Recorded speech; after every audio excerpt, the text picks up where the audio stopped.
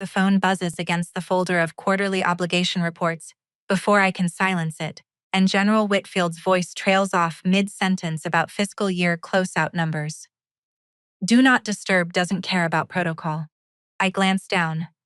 An area code I haven't seen in 8 years, attached to a number that should have died the moment my mother's landline changed providers, except it never changed at all. I just stopped being told anything. I mute the vibration, but it starts again. Twice in 90 seconds means somebody wants an answer, not a voicemail. Excuse me, sir. I'm already standing before the room finishes registering that I've spoken. The hallway outside the briefing room smells like burnt coffee and cold tile. I answer on the fourth ring, expecting a scam call about an extended warranty, already composing the sentence I'll use to hang up. Is this Captain Tegan Wolcott? A woman's voice, brisk, the particular calm of someone who has said hard things to strangers for a living.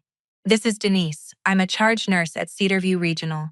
Your mother was brought in about 40 minutes ago. She's stable, but we need to go over her account. Her account. I press my palm flat against the cinderblock wall, the paint cool under my hand.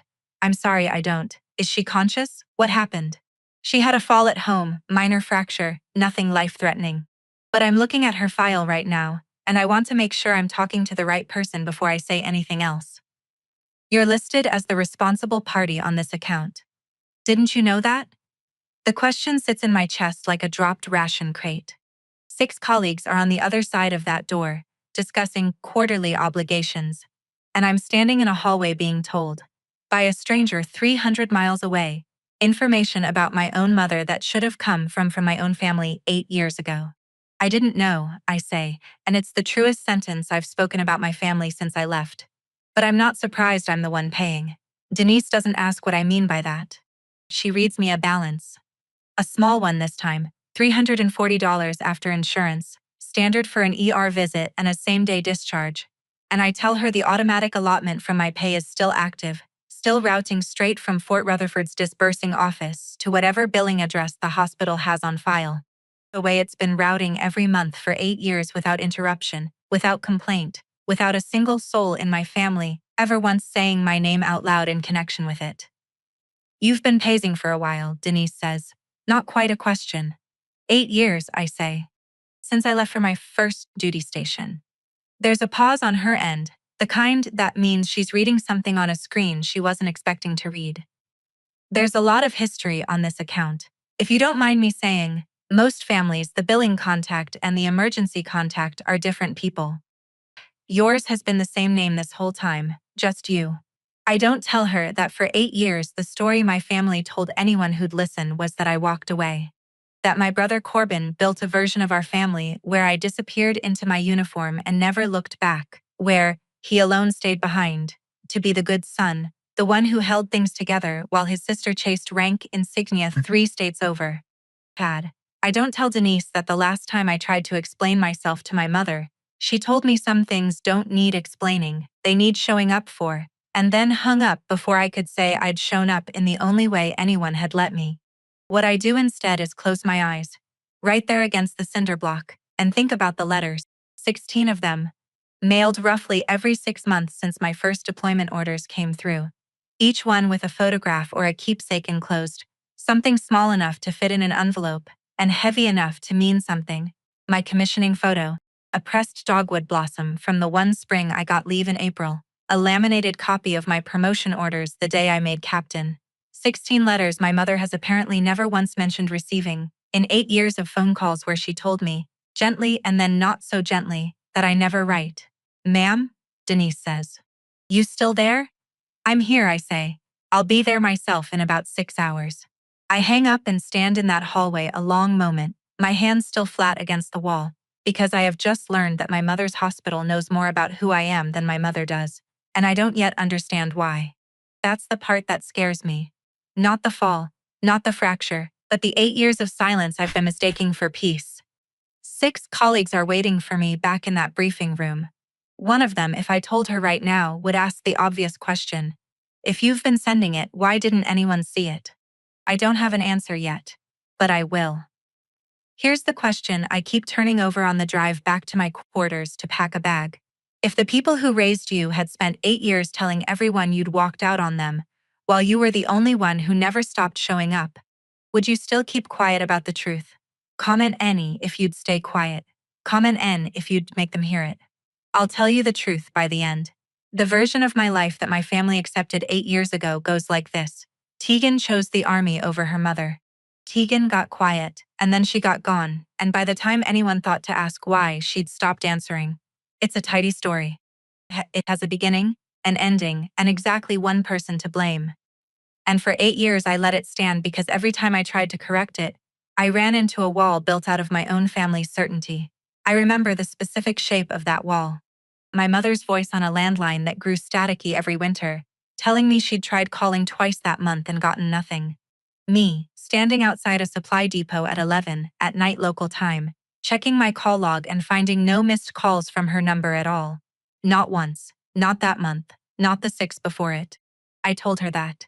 She told me I must be misremembering, that Corbin had heard the ringing himself, that maybe the reception was bad on my end, out there wherever I was. 4 different postings in 8 years, and my mother could never quite locate any of them on a map, though I sent her every new address the week I arrived. The letters were supposed to be the proof that outlasted the phone calls. If she couldn't hear my voice clearly, she could hold paper in her hands.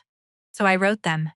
Real letters, not emails, because my mother trusts what she can fold and put in a drawer, and I mailed them from whatever base post office I was nearest to.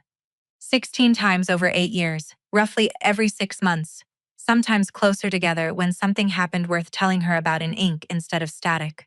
She never once mentioned receiving any of them. Not the one with the photograph from my commissioning ceremony. Not the one where I told her about the promotion board results. Not the one from my second deployment where I wrote for 4 pages about missing her kitchen, about the specific way she burned the edges of cornbread on purpose, because Corbin liked it that way, and I never had the heart to tell her I didn't. I used to think she just didn't read them closely. Now, standing in a base laundromat at 10 at night folding uniforms into a duffel bag for emergency leave, I'm starting to wonder if she read them at all. Here's the part I haven't said out loud to anyone in 8 years. It was never really the silence that hurt. It was watching Corbin get thanked for staying. At my grandmother's funeral, 4 years back, Aunt Dolores stood up during the reception and said, in that carrying voice she uses for compliments she once overheard, that thank God at least one of Glenda's children knew what family meant.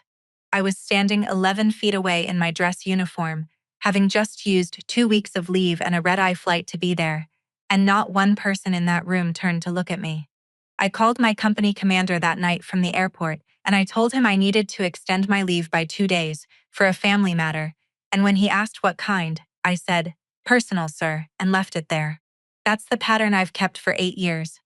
I show up, I pay, I stay quiet, I let the silence do whatever work it wants to do, because saying it's not my fault out loud always felt like something petty people did. And I promised myself a long time ago I wasn't going to be petty about my own mother. Now I'm folding a spare set of uniforms into a duffel bag because Denise from Cedarview Regional called and told me things about my own account that nobody in my family has ever told me. And I'm trying to figure out how I explain a 6-hour emergency leave to a battalion commander without sounding like I'm explaining my entire childhood. I settle on the truth, mostly. My mother had a fall. I'm listed as her responsible party. I need 48 hours, possibly longer. Lieutenant Colonel Priest doesn't ask follow-up questions. He just says, take what you need, Captain, and I hang up grateful for the one kind of institution in my life that has never once required me to explain myself twice. I don't call Corbin. I don't call Aunt Dolores. I book the earliest flight out of Rutherford Regional, and I sit at gate 14 with my duffel bag between my boots, running the math on 8 years of payments in my head. Not because I need the number, I know the number, but because doing the math is easier than sitting with the question underneath it. The one I still don't have an answer for. If I've been here the entire time, why does everyone believe I wasn't? The flight connects through Charlotte, a cramped regional jet with a broken overhead light above seat 14C, and somewhere over the Blue Ridge foothills I find myself doing the math again, unable to stop, the way some people count sheep, and I count obligation numbers. 96 months of allotments if the pattern holds clean. 16 letters, 4 postings, 2 deployments, one promotion board I studied for in a supply closet, because it was the only quiet room on base with a working outlet, none of it, apparently, ever reaching the one audience it was written for. I think about the specific weight of the last letter, the one with my captain's bars enclosed in a small velvet pouch I bought at a PX in Kansas, because I wanted my mother to hold the actual medal, not just read about it.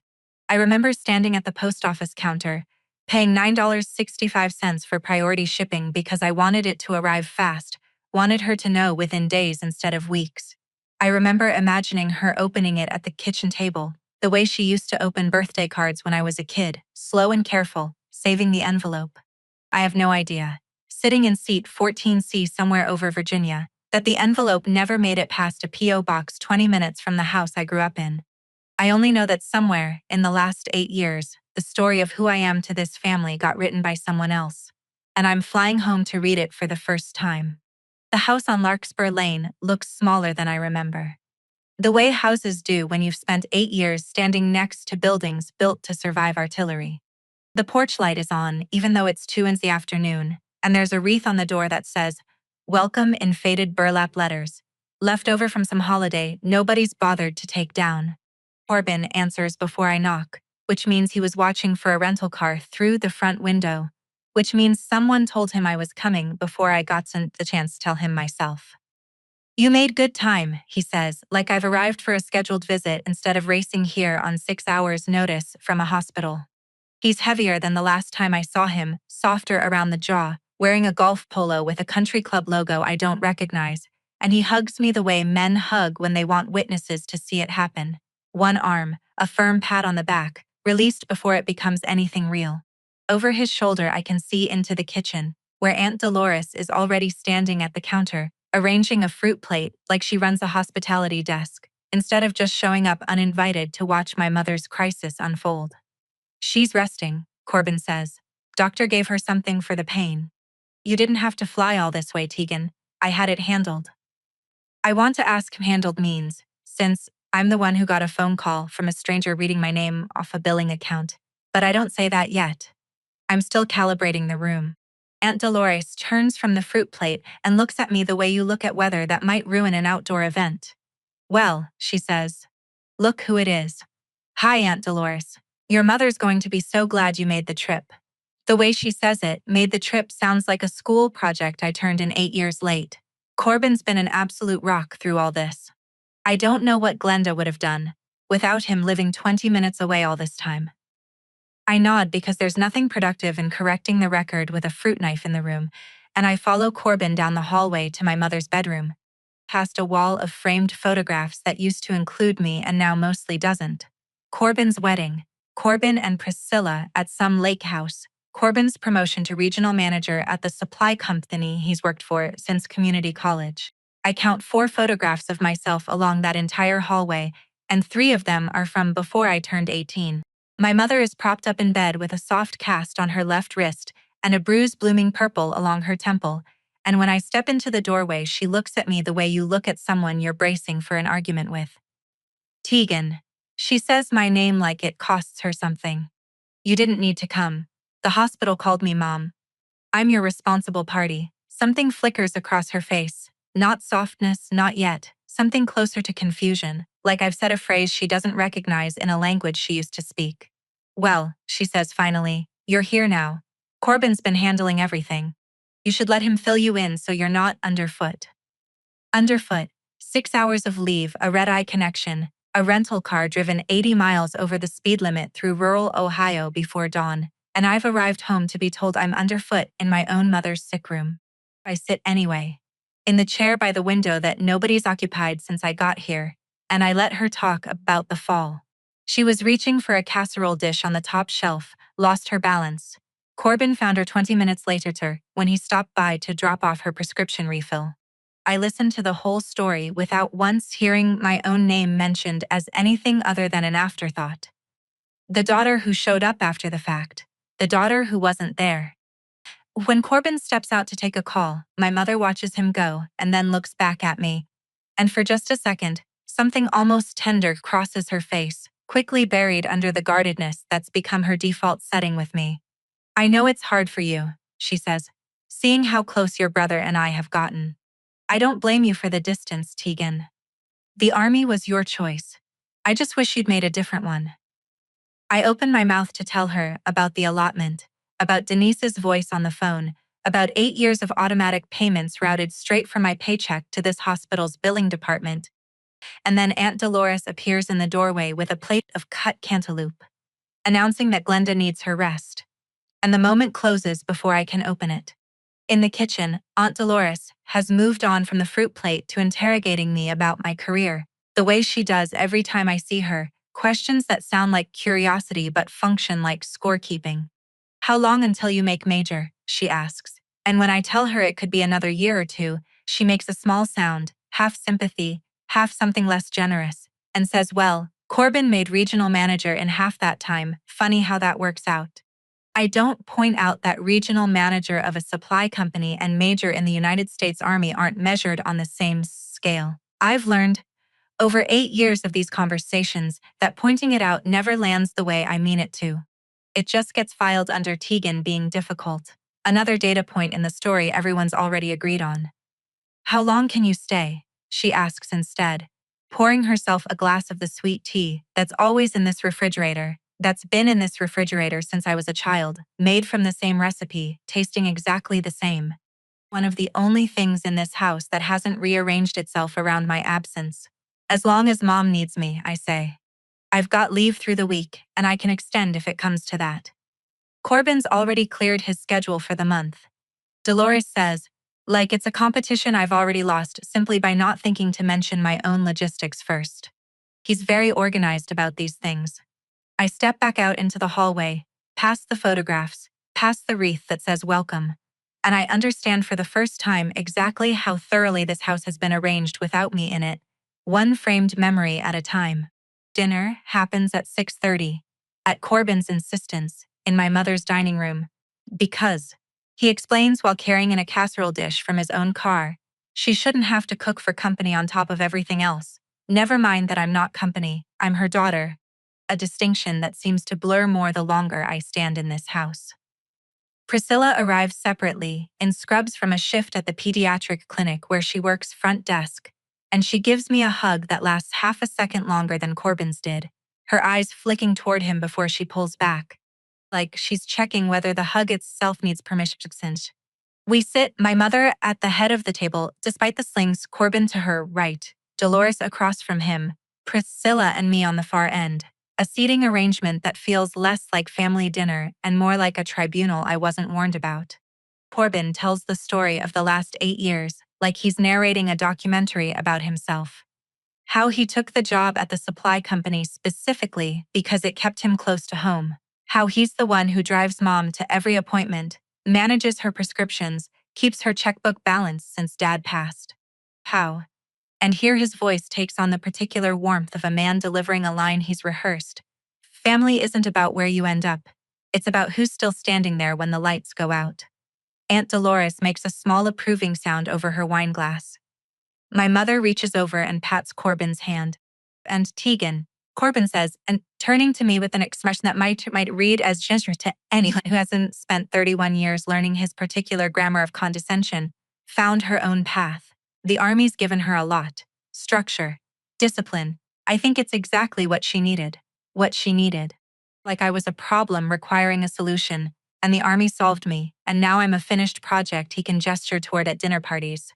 I've always sent money, I say. I don't plan to say it. It arrives in my mouth the way things do when 8 years of careful silence finally hits a wall it can't climb over anymore. Every month automatically, out of my pay. I called the hospital before I flew out. I'm the one who's been on the account this whole time. The table doesn't go quiet the way tables go quiet from surprise.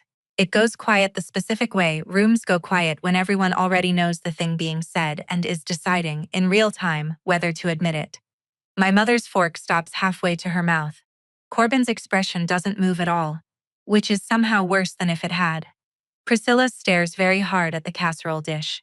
Aunt Dolores is the one who breaks it, with a small laugh that isn't really a laugh. Well, that's news to all of us, she says, and there's an edge underneath the lightness that tells me she doesn't mean it as a compliment. Tegan. My mother sets her fork down entirely now. I don't know what you think you're accomplishing tonight. I'm not accomplishing anything, Mom. I'm telling you the truth. I've never stopped paying. Not once in 8 years. Corbin finally speaks, and his voice has the careful evenness of a man choosing every word for an audience. Nobody's saying you didn't send something, Tegan. I handle Mom's finances day to day. I'd know if there was a regular payment coming from your end. It's not showing up anywhere I can see. It's showing up Cedarview Regional. Every month. Ask them. I don't need to ask a hospital billing office to know what's happening in my own mother's life, Corbin says, and there it is. The tone I remember from childhood, the one that ends conversations by making the other person sound unreasonable for continuing them. My mother reaches over and puts her uninjured hand on Corbin's forearm, a gesture of comfort aimed entirely at him, as if I'm the one who said something cruel at this table instead of something true. Let's not do this tonight, she says. I just got out of the hospital. I don't have it in me for accusations. I'm not accusing anyone of anything, I say. Though even as I say it, I'm starting to understand that I am, that some part of me has known for years that I would eventually have to, and that the room I'm sitting in has been rehearsing its response to this exact moment for a very long time. Nobody asks a follow-up question. Well, Aunt Dolores changes the subject to a church potluck happening Sunday. Something about a sign-up sheet for deviled eggs, and the conversation flows around the empty space where my statement used to be. The way water flows around a rock without ever acknowledging the rock changed anything about the river. I catch Priscilla's eyes once, briefly, before she excuses herself to get water she doesn't drink.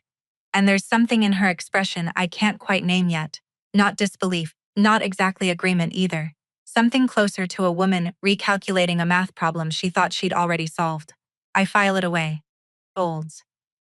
I don't know yet that it means anything, but 8 years of reading rooms for a living has taught me that the people who stay quietest in a conversation are usually the ones who know the most about what's actually being avoided. My mother picks her fork back up eventually, resumes eating in small, deliberate bites, and asks Corbin, in a voice pitched specifically to close the subject for good, whether he's heard back from the contractor about the gutters. He has. They're getting to it next week. The conversation moves on to gutters, to weather. To whether the wet spring means a hard winter is coming. And I sit at the far end of the table my mother built this family around, watching 4 people perform a version of normalcy, so practiced it barely requires effort anymore, while my own contribution to 8 years of survival sits unacknowledged in the room, like something everyone's agreed not to see. The next morning I drive to Cedarview Regional myself, badge and orders in the glove box in case anyone questions why an active duty captain is requesting billing records for a civilian. Though nobody does.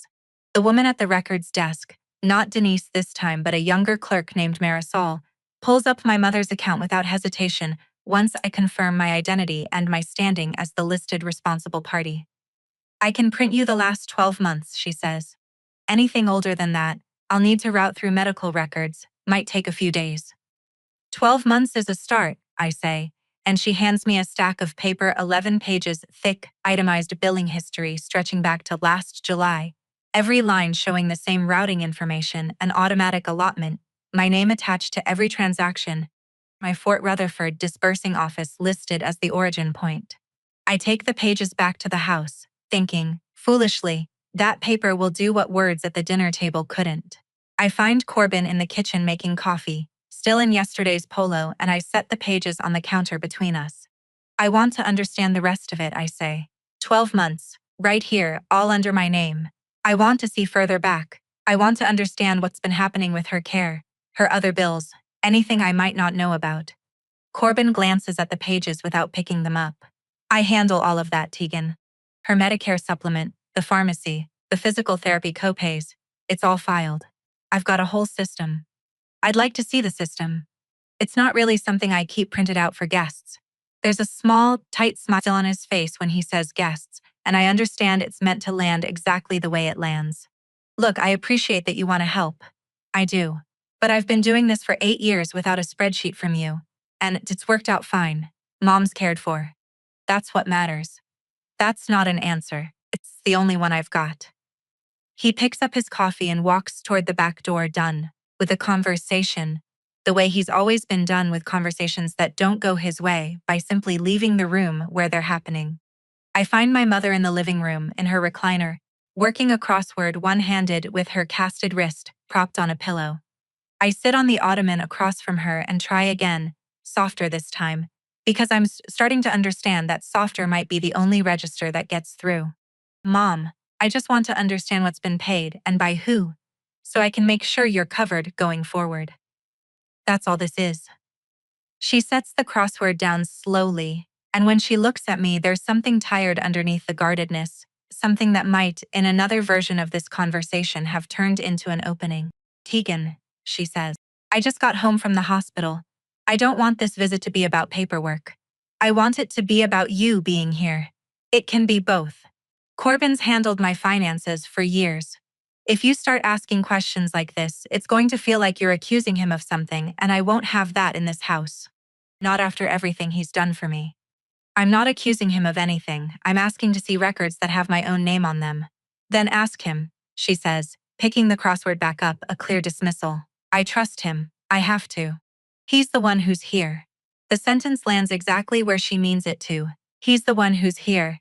And I sit on that ottoman a moment longer than I need to, because I understand now that questions in this house have been quietly redefined as disrespect, and I'm the only one who hasn't gotten the memo in 8 years of trying to ask them from 3 states away. That night, unable to sleep in the guest room that used to be my childhood bedroom before it became a place to store Aunt Dolores's canning jars, I call Sergeant First Class Palmer Nash, my finance NCOIC back at Rutherford and the only person I trust enough to ask this particular favor of. You're supposed to be on leave, ma'am, he says, but he's already pulling something up. I can hear the keyboard clicking on his end. I need to see my own allotment history. Every payment I've made to Cedarview Regional Medical Center, going back to my commissioning date. I want dates, amounts, everything. That's your own pay record, Captain. You can request that through my pay without me. I know, but I also need you to check something else for me if you can. Anything routed through the mail. Allotment confirmation letters, statement notices, anything the finance office would have sent to my mother's address as the account holder's next of kin over the years. There's a pause, then more clicking. Give me 20 minutes. He calls back in 18. What he reads me first is the part I already know, the part I could have recited myself. 96 consecutive monthly payments. One every month without interruption since my commissioning, totaling 46,920s over 8 years. Every cent auto-deducted from my pay and routed to Cedarview Regional's billing office. Exactly as promised, exactly as I've always believed. That part's clean, Nash says. But, ma'am, I pulled something else while I was in there. Finance sends an annual allotment summary letter every January, mailed physically to the address on file, since that's the protocol for anyone over 65, listed as the benefit recipient. Your mother's gotten 8 of them. 8. 8. And I checked the mail confirmation system, since we still track certified delivery on those for audit purposes. All 8 were delivered. All 8 were signed for. By who? He reads me the name off the digital signature capture, and it isn't my mother's. C. Wolcott, he says, every year. Same signature, same handwriting, close as I can tell from a scan. Ma'am, I don't know what that means on your end, but on my end, it means somebody at that address has been intercepting official Army correspondence addressed to your mother for 8 straight years. I sit on the edge of the twin bed I slept in until I was 17, surrounded by boxes of mason jars that have nothing to do with me. And I feel something shift underneath the version of this story I walked in the door with 2 days ago. I came here thinking the fight was about proving I'd paid. I came here thinking that once my family saw the numbers, the years of silence would simply dissolve, because numbers don't lie, and I've always trusted that eventually the truth catches up to whatever's been said about you. I didn't understand until this exact moment, sitting in the dark with a stack of mason jars and a sergeant's voice reading me a signature that isn't my mother's, that somebody in this house has spent 8 years making sure the truth never had the chance to catch up to anything at all. Ma'am, Nash says. You still there? I'm here. My voice comes out steadier than I feel. Palmer, I need you to pull one more thing for me. Personal correspondence, letters I mailed to this address over the years, not through official Army channels, just regular mail. I know finance doesn't track that. but if there's any record on the postal side, return receipts, anything, I'll see what I can find. Might take me a couple days working it through proper channels, since it's outside my lane, technically. I'll do it quiet. Thank you. I hang up and sit there a long time in the dark, and I think about every phone call over 8 years where my mother told me, in that patient, wounded voice, that I never write, that I never call, that I disappeared into my own life and left her to Corbin's care alone. And I think about 16 letters and 8 annual finance summaries, every single one of them apparently swallowed somewhere between the mailbox at the end of this driveway and my mother's own 2 hands. I thought I'd come home to prove I'd been paying the whole time. I'm starting to understand I actually came home to find out what happened to 8 years of everything else I sent along with it. In the morning, I ask Corbin, as casually as I can manage over coffee, whether he remembers ever signing for anything from the army addressed to Mom. He doesn't even look up from his phone. Probably, he says. I sign for half of what comes to this house. She doesn't always hear the mail truck. Even certified mail? Government letters specifically? I don't keep a log, Tegan. He finally looks up, and there's something careful behind his eyes now, something I recognize, because I spent a career learning to read careful men across negotiating tables. Why does it matter? Just curious. I don't tell him what Nash found. Not yet. I want to see what he does with the question first, and what he does is change the subject to whether I'm staying through the weekend. A pivot, so smooth it would have worked on me 8 years ago. I find the return address stub from the most recent letter I mailed 3 months back, tucked in my own sent mail photo album, since I photograph every letter before I drop it in a mailbox. An old habit from a supply officer who learned the hard way that paper trails matter, and I compare the handwriting on the delivery confirmation Nash sent me against a grocery list I find stuck to the refrigerator with a magnet shaped like a corn cob, written in Corbin's unmistakable blocky print, the same slant, the same closed-loop lowercase a he's had since middle school.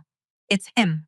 It was always going to be him. Some part of me already knew, but seeing it laid out like this, his handwriting on a government delivery receipt meant for our mother, makes it real in a way suspicion never quite manages.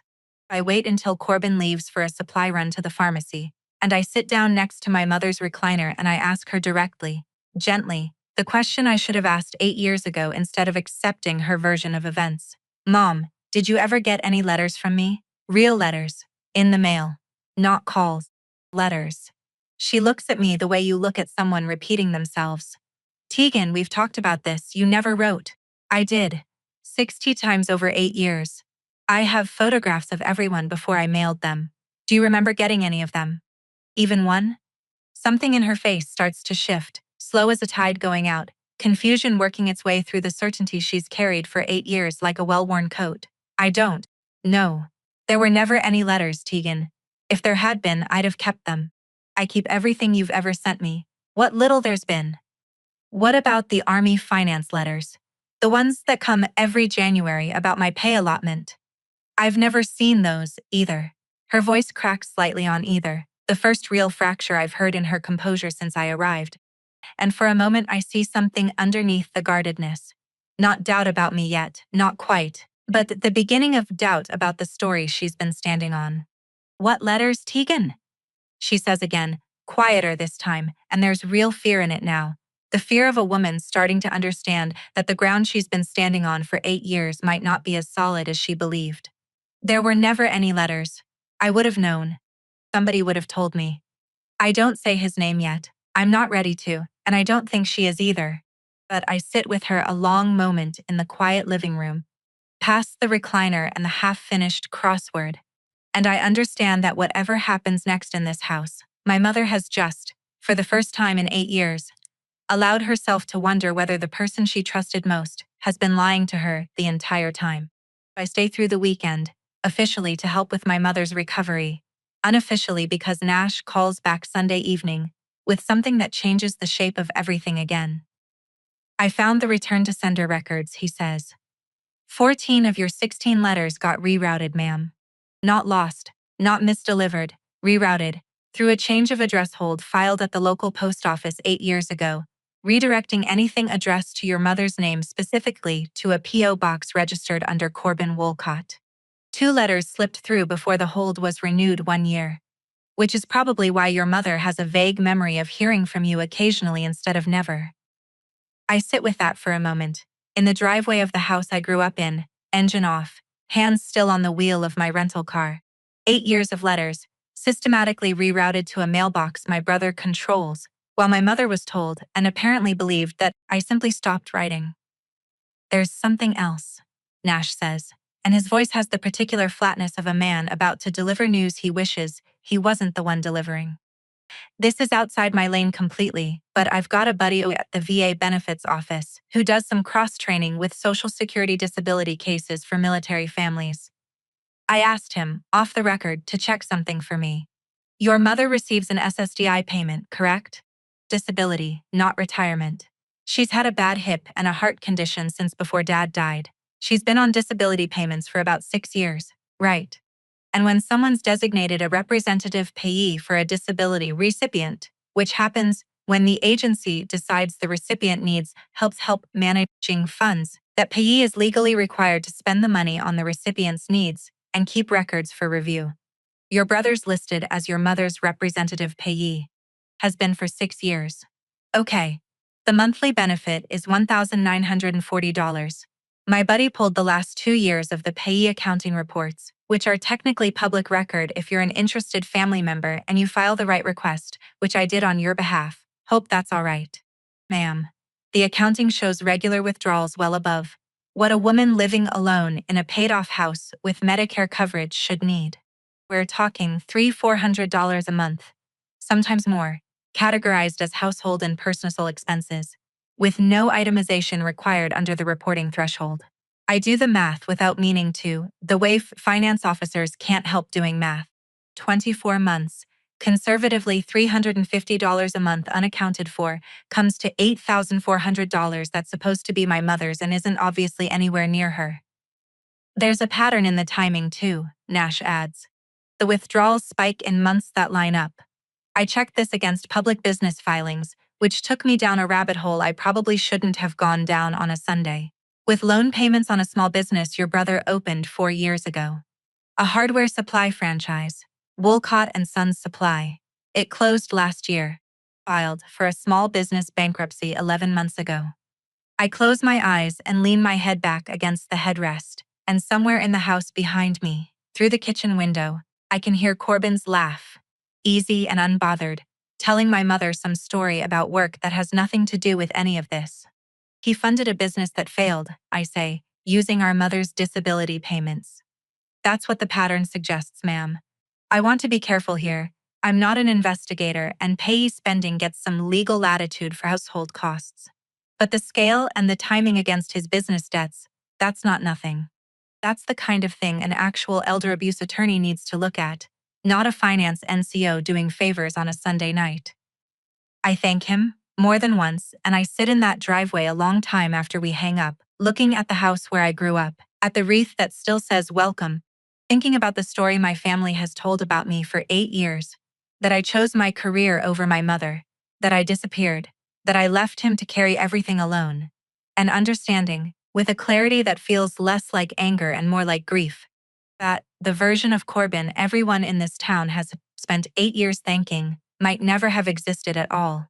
I think about the specific Sunday 3 years back when Corbin stood up at Easter dinner and announced, to a table full of relatives, that he'd just closed on a small business loan, that Wolcott and Sons Supply was finally becoming real, and how the whole table applauded. How Aunt Dolores said something about the Wolcott name meaning something in this town again. And how I'd sat there over a video call from a training exercise in Louisiana, watching on a cracked phone screen, feeling something I couldn't name at the time and can name easily now. The quiet, specific loneliness of watching your family celebrate a future you weren't allowed to be part of building, funded. It turns out, in part, by money that was never his to spend. I don't go inside right away. I sit with the number Nash gave me. $8,400. Conservative, probably higher, turning it over the way you turn over a stone to see what's underneath. And what's underneath isn't just fraud. It's 8 years of a brother who let his own mother's fixed income quietly absorb the cost of his ambition while telling an entire family that his sister was the one who couldn't be trusted with anything that mattered. I find Priscilla the next afternoon at the Thistlewood Foods on Route 9, exactly where Corbin mentioned she'd be doing the week shopping, and I don't plan the conversation. I just find myself standing next to her in the cereal aisle, close enough to talk quietly. "Can I ask you something?" I say, not as an accusation, just as someone trying to understand 8 years. Priscilla's hands go still on the shelf, a box of instant oatmeal suspended between decision and cart. She doesn't look at me right away. "You should ask Corbin." "I did." He deflects. "I'm asking you because I think you might actually answer." For a long moment, she just breathes, standing there in her work scrubs with a shopping list crumpled in her other hand. And when she finally turns to face me, there's something exhausted in her expression, the particular tiredness of someone who's been holding a weight down with both hands for years and has just been offered, however briefly, the chance to set it down. "I've suspected something for a long time," she says, quiet, glancing once toward the end of the aisle like she's checking whether anyone's listening. The mail thing, especially. There'd be days I'd see him at the box before I even got the kids to school, sorting through it fast like he was looking for something specific. I asked him about it once, years ago. He told me it wasn't my business and to leave it alone. "Did you ever see a letter from me? Anything with an army return address?" She nods, slow, like the admission costs her something physical. "Once, maybe 2 years ago, I saw an envelope on the passenger seat of his truck with a Fort Rutherford return address on it, and I asked him about it that night. He said it was junk mail, some kind of army recruiting thing that gets sent to every household with a veteran connection. I didn't think much of it at the time. I should have. Why didn't you ever say anything? To me or to my mom?" Her eyes fill, fast, and she wipes at them with the back of her wrist before it becomes anything visible to the rest of the store. "Because I have 2 kids in that house's school district, Tegan, and a husband whose temper I've learned to read, better than I ever wanted to, and because every single time I've brought up anything he doesn't want, brought up, it turns into 3 days of silence that make my kids ask me what's wrong with Daddy. I told myself it wasn't my place. I told myself a lot of things. What's actually going on with him? The business, the money. I know some of it now. I want to understand the rest." She takes a breath that shakes slightly on the way out. "Wolcott and Sons, the hardware franchise. He put almost everything into it. Took out a second mortgage on our house that I only found out about 8 months after he'd signed the paperwork. Borrowed from 2 of his old army buddies. And I think, from your mom too, though I never got a straight answer about how much or from where. When it started failing, about 3 years in, he got desperate isn't a strong enough word. He got frightening. I watched him go from a man who used to laugh a lot to someone who checks the mail like it might be carrying a subpoena. Some days it probably was." "Is that when the withdrawals from Mom's disability account started increasing?" Priscilla's face answers before she does. "I don't look at those numbers. I've never wanted to. But if you're telling me there's a pattern, I believe you, because I know exactly what year the business started struggling. And I know exactly what year he started telling me not to worry about money. Everything's handled," in the specific tone he uses when nothing is handled at all. I stand there in the cereal aisle with a woman I've spoken maybe 40 words to in the last 8 years, and I understand, watching her hands shake slightly around a box of oatmeal she's no longer pretending to consider, that Priscilla has been living inside the same silence I have, just from 6 feet closer, paying for it in a different currency than money. "Thank you for telling me," I say. "Don't thank me yet," she says. "You don't know what he's like when something he's built starts to fall apart." "I do. Be careful, Tegan." "I mean that." She glances toward the front of the store at the plate glass windows where the afternoon light is starting to slant gold across the parking lot. And for a moment, neither of us says anything. 2 women's standing in a cereal aisle holding the same secret from opposite directions of the same family. "Can I ask you one more thing?" I say. "The kids, do they know anything about any of this?" Her face softens in a way I haven't seen since I arrived, something protective and tired at once. "They know Uncle. I mean, they know their dad gets quiet sometimes and they know not to push when he does. That's about as much as an 8-year-old and a 5-year-old need to carry, I think. I've tried to keep the rest of it away from them. I don't always manage. I'm sorry you've had to manage any of it alone." I wasn't alone, she says, a small, unexpected smile crossing her face. I had a mother-in-law 2 miles away who I used to think just didn't want to get involved. Now I'm starting to wonder if she never even had the chance to. She reaches out, briefly, and touches my forearm, the gesture of someone who's spent 8 years not quite being allowed to have opinions about her husband's family, and is testing, cautiously, what it feels like to have one now. I hope you get your answers, Tegan. I really do. I think some part of me has been hoping somebody would come looking for them for a long time. She pushes her cart toward the checkout before I can respond, and I stand there a moment longer among the cereal boxes, understanding that I've just found an unexpected ally in the last place I expected to find one. A woman who's spent 8 years watching the same lie I have, just close enough to smell the smoke instead of only seeing it from 3 states away.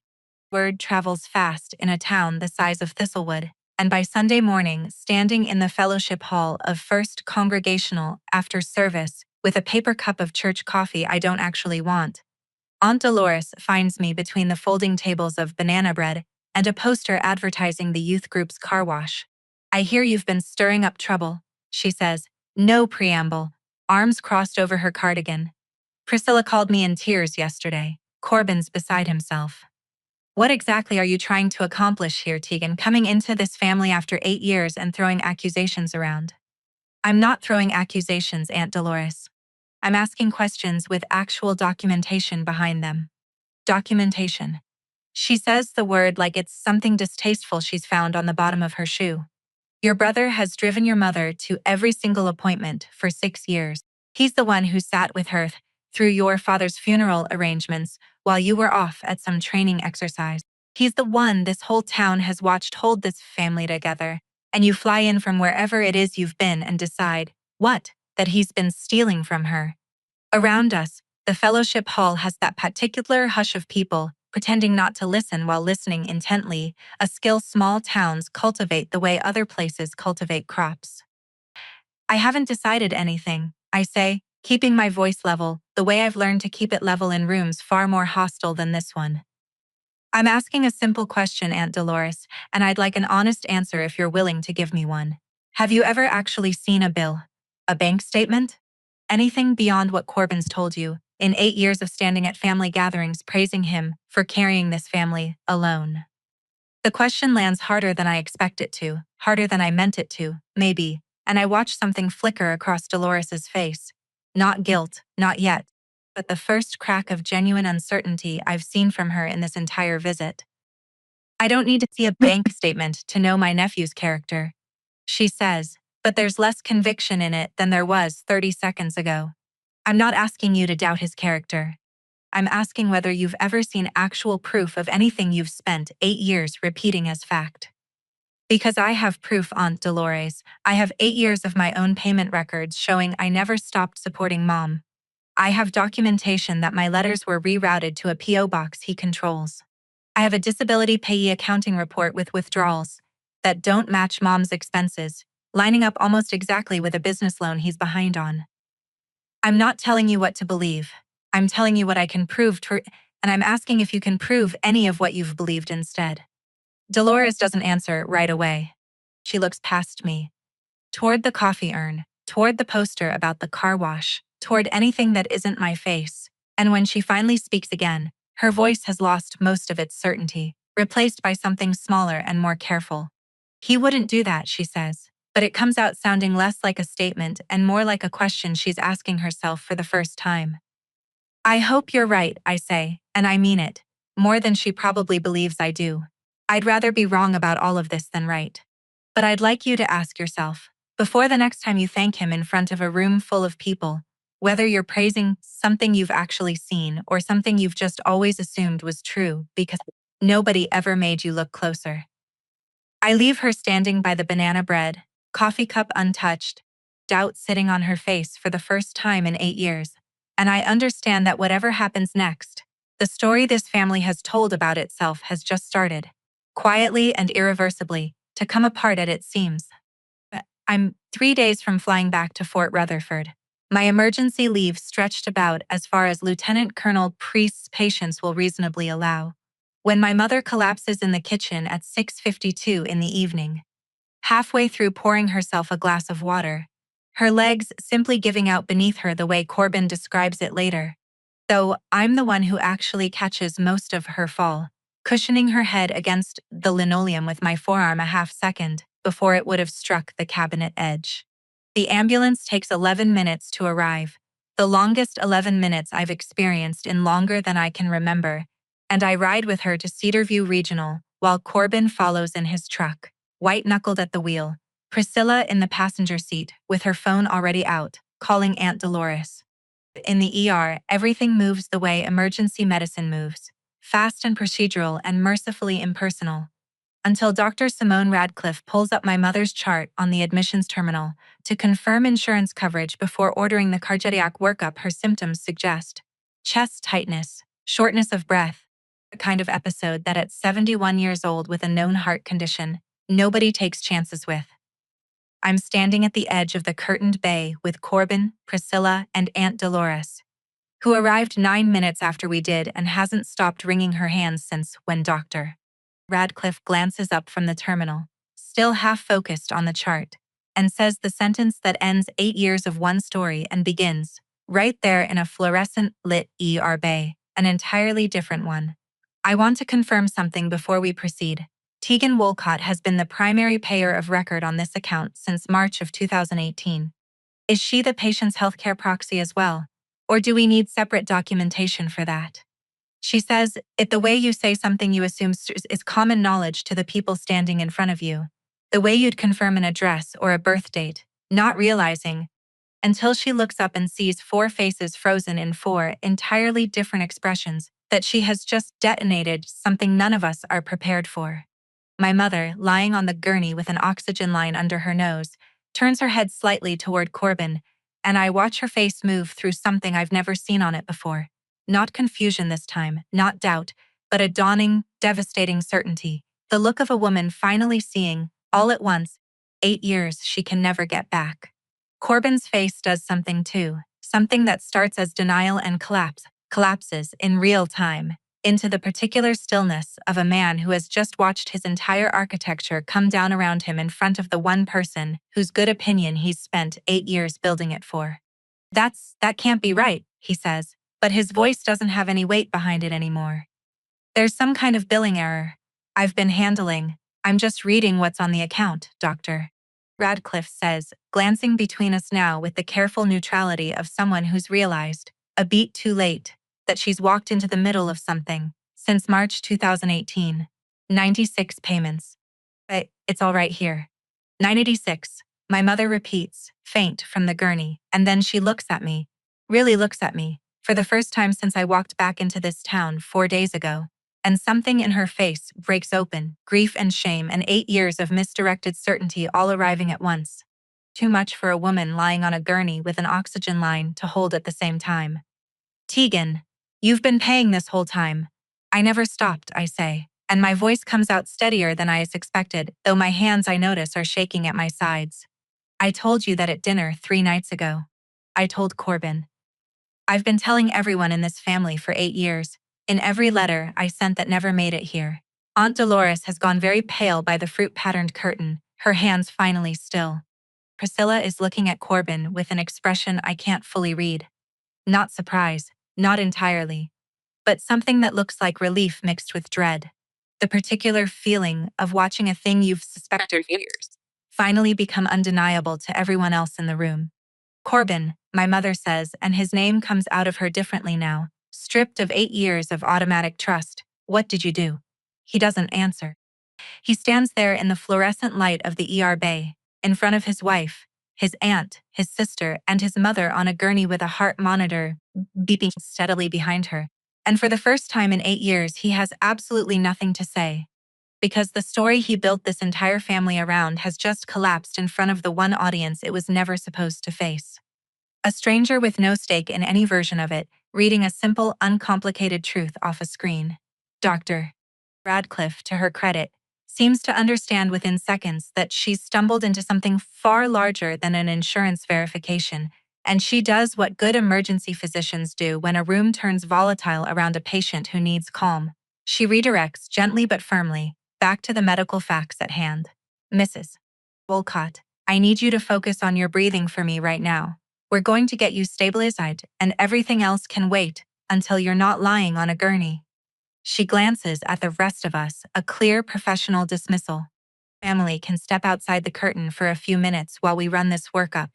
We step out into the hallway in a loose, silent cluster, and it's there, away from my mother's bedside, that Corbin finally finds something to say, low and fast, meant only for me. You did this. You couldn't just let it go. You had to come in here and blow everything up in front of Mom while she's having a cardiac event. I didn't say a word to that doctor, I say. She read it off a screen, Corbin. That's not something I did. That's something that's been true for 8 years, whether anyone in this hallway wanted to hear it or not. You have no idea what you've done, he says. And there's real panic under the anger now. The sound of a man watching every carefully maintained wall of his life come down at once. No idea. Aunt Dolores, standing a few feet away with her hand pressed to her chest, looks between us like she's watching a car accident she can't stop, and Priscilla says nothing at all, just watches her husband with an expression that has finally, after 8 years, stopped pretending not to see him clearly. My mother is stable within the hour. The cardiac workup, showing an arrhythmia manageable with medication adjustment, rather than anything rooming surgery. And by the time she's settled into a room upstairs for overnight observation, I've already called the one person I know can help me turn 8 years of documentation into something that actually protects her going forward. Harriet Bloom meets me at the hospital the next morning. A compact woman in her 60s with silver hair, cut close, and the unhurried patience of someone who has spent 30 years specializing in elder law and has stopped being surprised by what families do to each other. She listens to the whole account, the rerouted letters, the payee withdrawals, the business bankruptcy, the ER revelation, without interrupting once, taking notes on a legal pad in handwriting far neater than anything I've managed under pressure. This is a strong case, she says finally, setting the pad down. Financial exploitation of an elder, potentially male interference on the federal side, and depending on what the payee accounting turns up under closer review, possible fraud. What you have, Captain Wolcott, is documentation most families in this situation never manage to assemble. That's going to matter. We spread everything out on the small table in my mother's hospital room that afternoon, once she's alert enough and, more importantly, willing. The 12 months of billing statements from Cedarview, the 96 payment allotment history Nash pulled, the delivery confirmations signed C. Wolcott, the 2 years of payee accounting reports showing withdrawals that never once matched a receipt, a grocery list, a doctor's visit, anything traceable to my mother's actual life. My mother goes through each page slowly, her uninjured hand moving across the paper like she's trying to physically absorb 8 years of a truth she wasn't allowed to see. And when she gets to the delivery confirmations, the ones with Corbin's unmistakable blocky handwriting signing for correspondence that was never his to receive, she sets the page down and doesn't pick up another one for almost a full minute. I kept every card he ever sent me, she says quietly. Not quite to me, not quite to Harriet, more to herself. I have a shoebox. I actually thought you just never wrote, Tegan. I built 8 years on top of that, I told people. I let your aunt say things at family gatherings I should have stopped her from saying because I believed every word of it. You didn't know, I say, and I mean it, though some part of me is still learning how to hold both truths at once. That she believed a lie for 8 years, and that believing it cost me something real, regardless of whether she chose it. Harriet excuses herself briefly to make a call, and comes back 20 minutes later with a name and a business card. I've referred this to Detective Roy Anders, Financial Crimes Unit, County Sheriff's Office. He's handled 2 elder exploitation cases for me in the last 3 years. Both resulted in convictions. He wants to meet with your mother directly, get a formal statement, and review the documentation with fresh eyes before anything just moves forward. Detective Anders arrives within the hour, a broad-shouldered man in his 40s, with the deliberate calm of someone used to sitting across from frightened, grieving people and needing them to trust him fast. He goes through the paperwork with Harriet, asks my mother careful, unhurried questions about her understanding of her own finances over the past several years, and by the time he leaves, He's confirmed what all of us in that room already suspected. Based on what I'm seeing here, he tells my mother gently, this is enough to open a formal investigation into financial exploitation of a vulnerable adult and potentially mail fraud, which would involve federal postal inspectors given the interstate nature of the intercepted correspondence. I want to be straightforward with you, ma'am. This is going to be difficult. It's your son. But the law doesn't distinguish family from strangers when it comes to protecting people in your position, and from what I'm looking at, you deserve that protection. My mother nods, slow, tears finally arriving now that there's a stranger in the room official enough to receive them without judgment. And she reaches over and takes my hand. The first time she's done that since I arrived, and holds it while Detective Anders finishes explaining what happens next. I should have listened to you at that dinner table, she says quietly, once he's gone. I should have listened to you 8 years ago, every time you called. You didn't have the information, I say. I do now. That's what matters going forward. Harriet stays a while longer, going over the practical steps in her careful, unhurried way. How the payee change would work, what documentation my mother would need to gather for her own records going forward, how restitution typically gets structured in cases like this one. She's kind about it in a way that doesn't soften the facts, and I find myself grateful for exactly that combination. A woman who can tell my mother the truth without either flinching from it or delivering it like a blow. I want you to understand something, Harriet says to my mother before she leaves, crouching slightly beside the hospital bed so they're at eye level. None of what happened here is a reflection of poor judgment on your part. Financial exploitation by a family member is specifically effective because it exploits trust that was reasonable to have in the first place. You weren't naive, Mrs. Wolcott. You were loved by someone who used that love as cover. Those are different things, and I've watched a lot of families confuse them. My mother nods, though I can tell the distinction will take longer than one hospital room conversation to actually settle into her, the way most true things do. You didn't have the information, I say again, once Harriet's gone, mostly to fill the quiet, but also because I mean it enough to say it twice. She squeezes my hand, and for the first time since Denise's phone call broke through a briefing 8 years and 300 miles away, I let myself believe that the truth, however late it arrives, might actually be enough. The months that follow move slower than the 4 days that unraveled everything, the way real consequences always seem to, compared to the speed at which lies can travel. Corbin is charged in October with financial exploitation of a vulnerable adult and mail interference, the federal postal inspectors corroborating everything Nash first uncovered on a Sunday night out of simple loyalty to a favor I never should have had to ask for. He takes a plea agreement rather than risk trial. Restitution of $31,600 to my mother structured over 4 years, along with a suspended sentence and 3 years of probation, the kind of resolution Harriet warns me is common in cases like this, where the harm is severe, but the defendant is a first offender with no prior record beyond a family's broken trust. I won't pretend the ending feels like triumph. It doesn't. It feels like grief with paperwork attached, like watching someone you grew up sharing a bathroom with become a stranger the court now refers to as the defendant.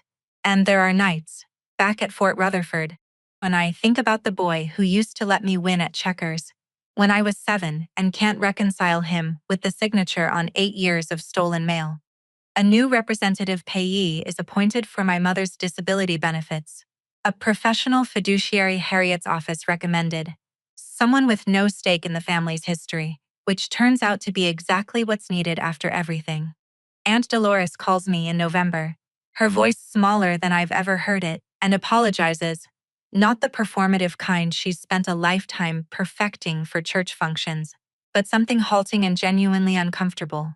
An admission that she spent 8 years praising a version of Corbin she never actually verified, at the cost of a version of me she never bothered to ask about either.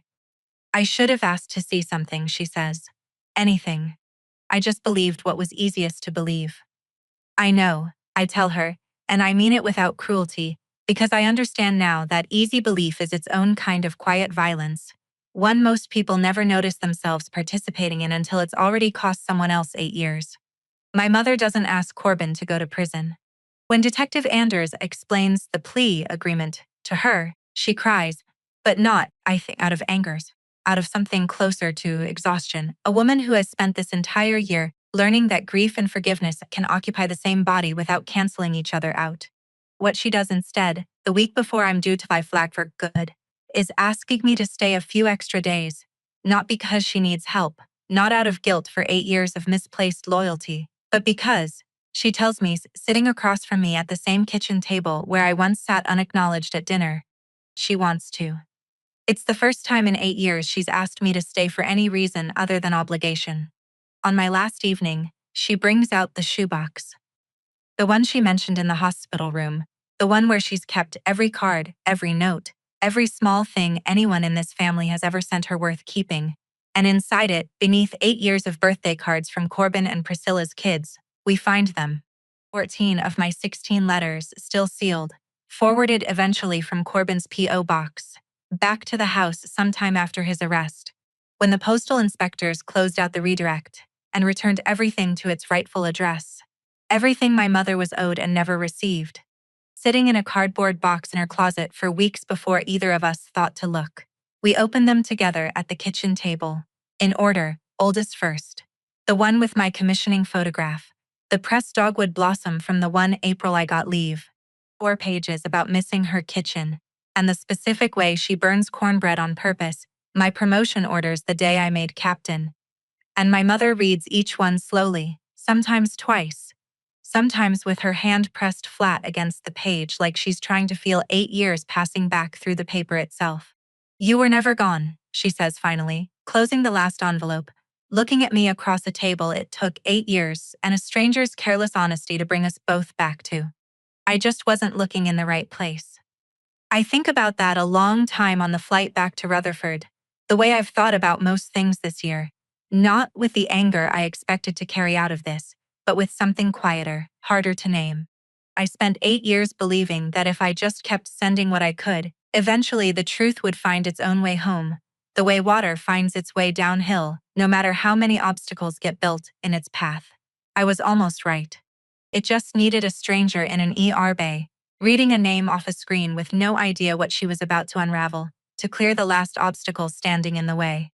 I don't think presence and love are ever really separable.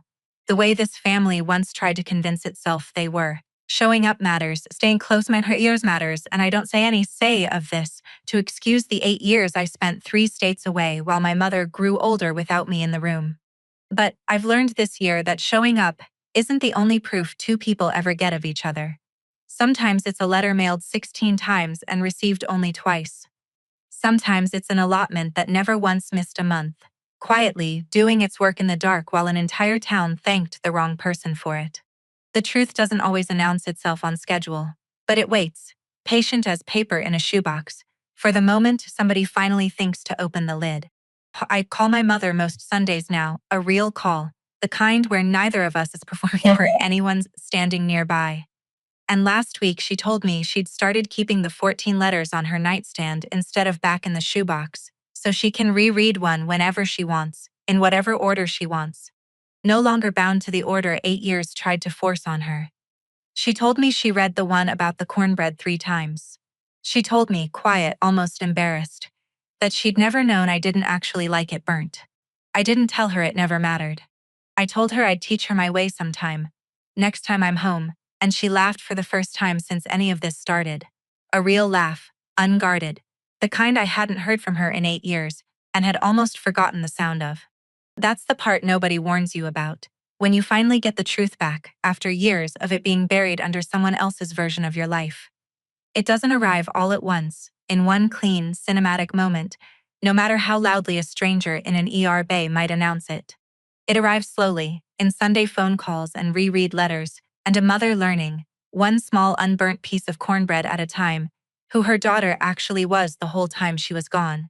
If you want to see how far one family let a lie travel before the truth finally caught up with it, the next story waiting for you covers exactly that. One of the most watched accounts on this channel, and I think you'll understand why the second you press play.